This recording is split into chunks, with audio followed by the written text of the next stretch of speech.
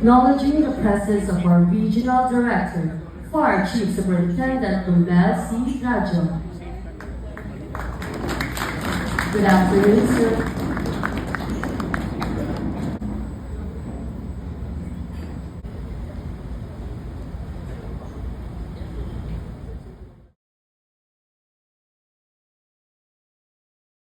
Bismillahirrahmanirrahim. In the name of Allah, the most merciful, most kind. Alhamdulillahi Rabbil Alameen. All praise belongs to Allah, Lord of all the worlds. We ask for help. Ihdina siratal mustaqim. Guide us to the straight path. In the name of the Father, Son, and the Holy Spirit. Father, in the name of Jesus, thank you for this day.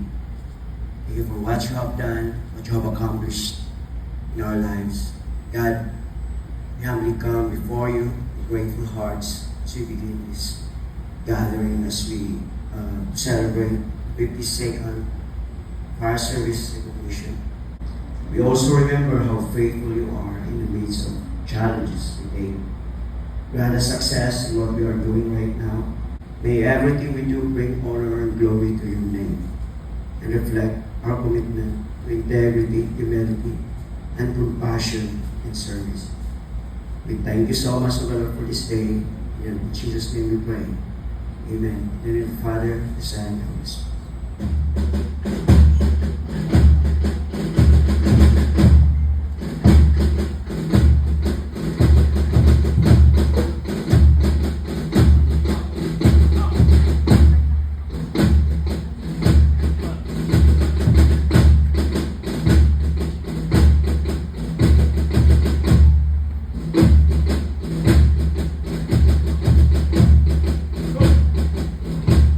Ay nang dahil sa'yo.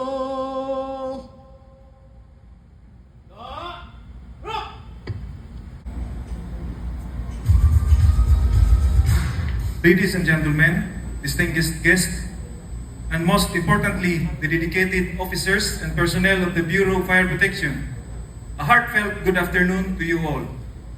First and foremost, I wish to extend our deepest gratitude to everyone who are present here today. Your support empowers every firefighter in the BMP Region 10. On behalf of our entire organization, it is my profound honor to welcome all of you to this year's BMP Recognition Day, anchored on the profoundly meaningful theme, acknowledging sacrifice, embracing heroism.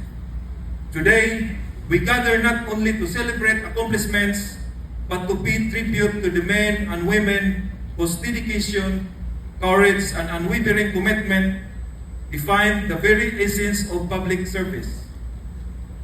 This theme reminds us that true heroism is not always loud or visible. It is often found in the quiet moments, the long hours on duty, the missed occasions with families, and the immediate readiness to respond whenever our communities call for help. Every act of sacrifice, whether large or small, is the bedrock of the BMP's noble mission. Today, we honor those who continue to rise above immense challenges, protect precious lives and properties, and embody the highest standards of professionalism. To our awardees and honorees, your perseverance, integrity, and selflessness inspire us all. Your service strengthens the Bureau, uplifts your communities, and sets a distinguished bar for future generations of firefighters and officers. May today's recognition renews your passion and serves as a powerful reminder that your efforts are profoundly seen, valued, and deeply appreciated. To everyone present, thank you for your continuous and unwavering support to the BMP. May this Recognition Day encourage us all to continue on embracing the spirit of heroism in every aspect of our daily work. Once again, welcome, and may we have a truly meaningful and inspiring celebration ahead. To present the award to our recipients, may we request Fire Chief Superintendent Romel C. Drajo, Regional Director, BFP 10.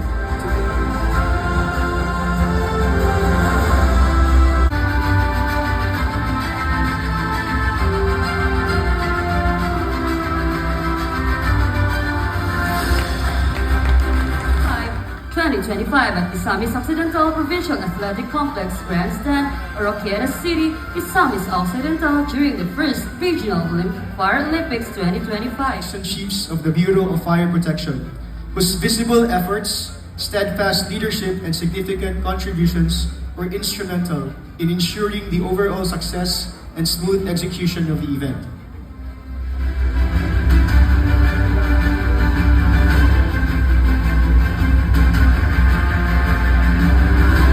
Distress call regarding a cargo vessel MV Foremost Trader which encountered difficulty while carrying 14,000 liters of diesel. Nieto D. Barami, OIC, Municipal Fire Marshal, Lala Fire Station, Lanao del Norte.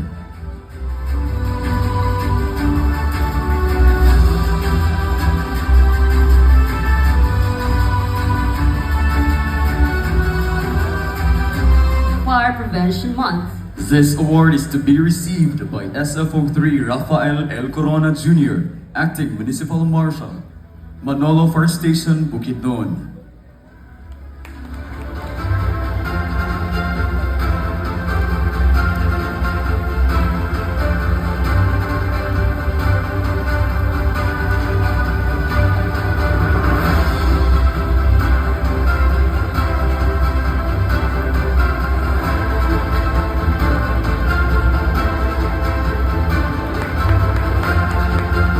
Marshal, Misamis Occidental.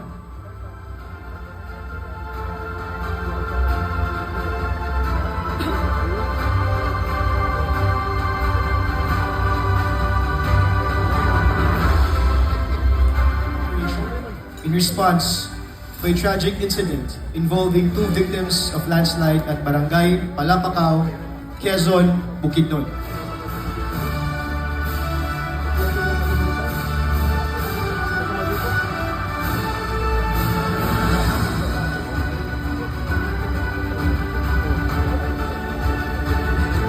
Another new guys. Barangay 17, Cagayan de Oro City, last October 2, 2025.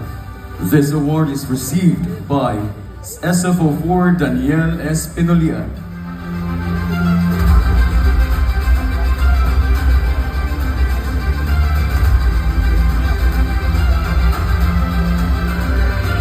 Another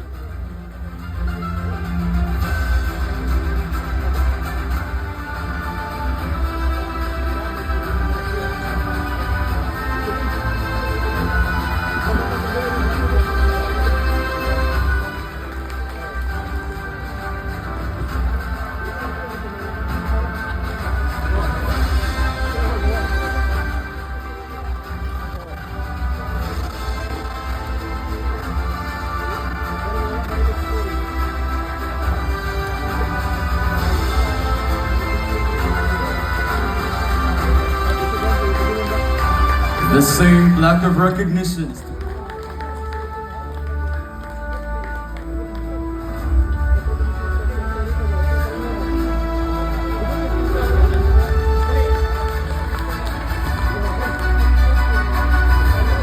commended for the successful repair and restoration of engine 2 officer. This plaque of recognition is to be received by Miss Occidental, Honorable Governor Henry S. Wominal and the BFP Region Office 10, showcasing their shared commitment to excellence, partnership, and community-centered service. This plaque of recognition is to be received by retired Police Colonel Tanildo V. Tumanda. Miss This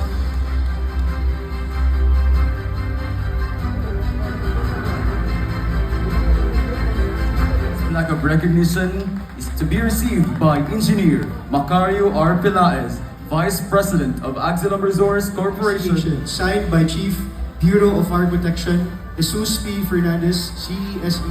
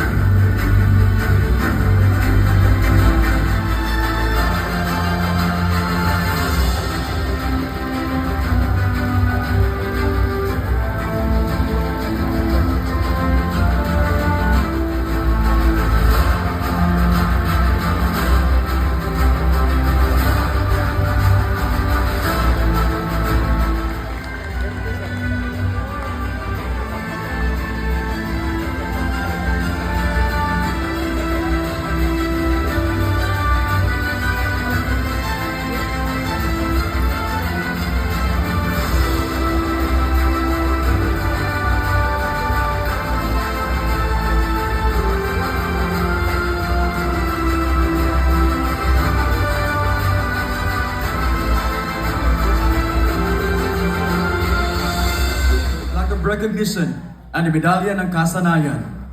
A warm of applause to NUP Engineer Arnold G. Haujan of Bohol Fire Station for diligently enforcing of fire code fees that resulted in 13% revenue increase from January to October 2025.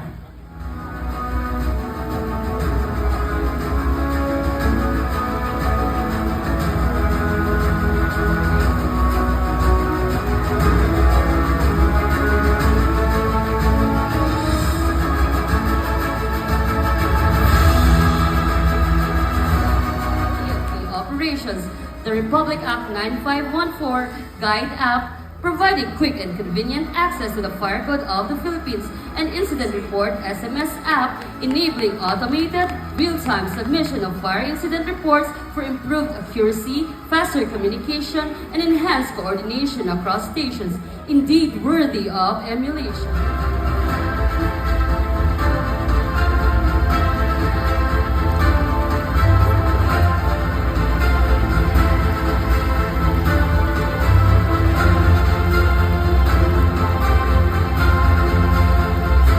Successfully facilitated the acquisition and donation of a fire truck from Axelum Resources Corporation in partnership with the local government unit, greatly enhancing operational capacity and service delivery. Ramil J. Nagal.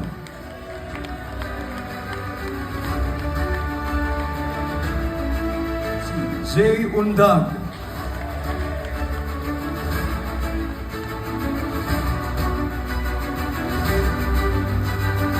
Renny R. Robilios.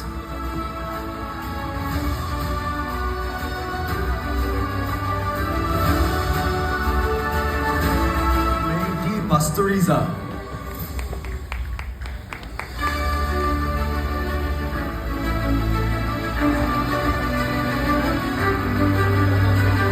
SFO1 Nino B. Lipon.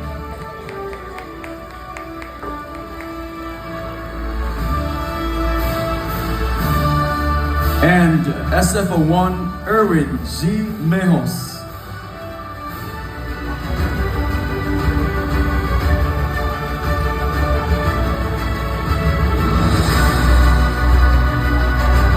The best Junior Commissioned Fire Officer of the Year is Fire Chief Inspector Maria Angeline P. Pornia for her exemplary performance in strengthening fire safety enforcement, enhancing personnel capability, and improving community relations. A truly worthy of recognition.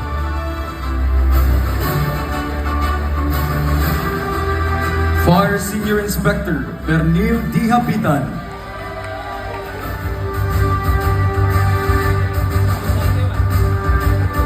Fire Senior Inspector Clement A. Talines. Fire Senior Inspector Kenneth A. Puig. Christopher G. Rehensha. District Fire Marshal Cagayan de Oro Fire District.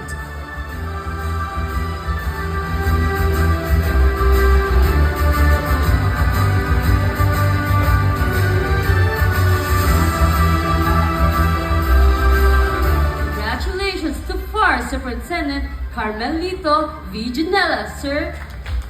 Fire Superintendent Janela has shown outstanding performance in operational leadership, administrative excellence, decision-making under pressure, and adherence to the core values of the Bureau. More importantly, this officer has earned the like and respect and trust of both subordinates and superiors.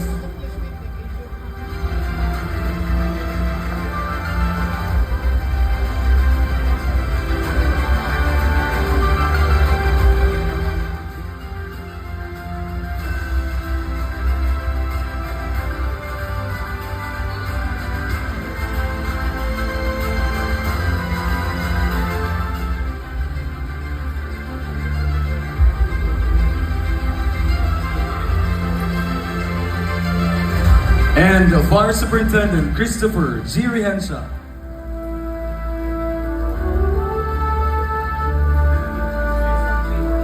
Sincere appreciation to everyone who has contributed our gratitude. We are honored to hear a message of thanks and welcome to our Regional Director. Fire Chief Superintendent Romel C. Trajo.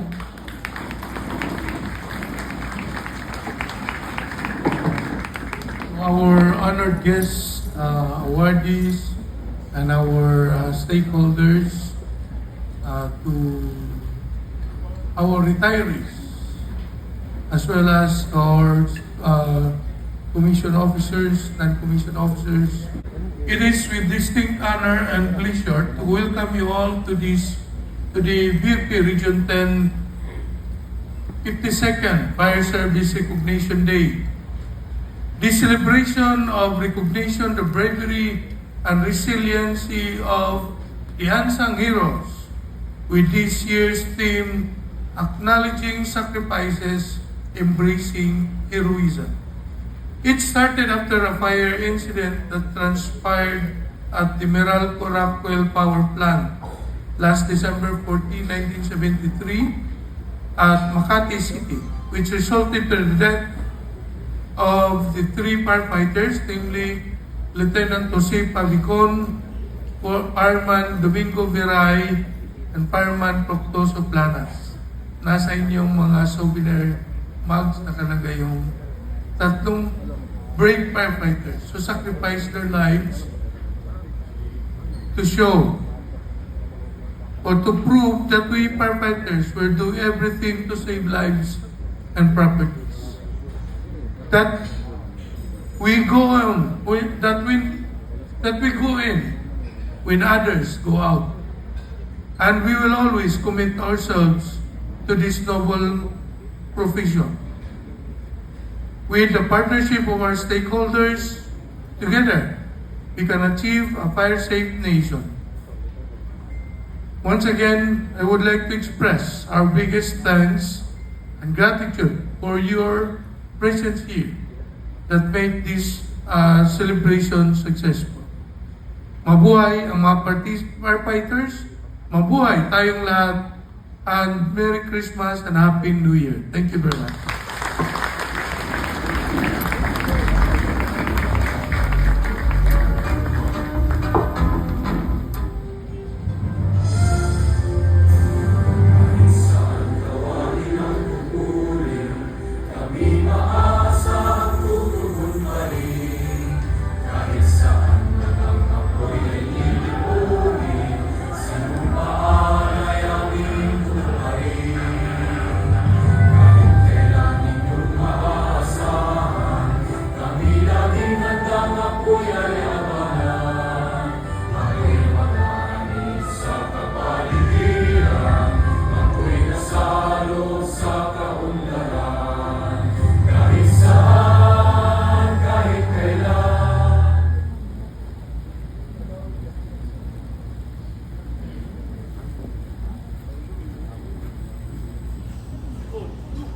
And that concludes our 52nd Fire Service Recognition Day. Finalists.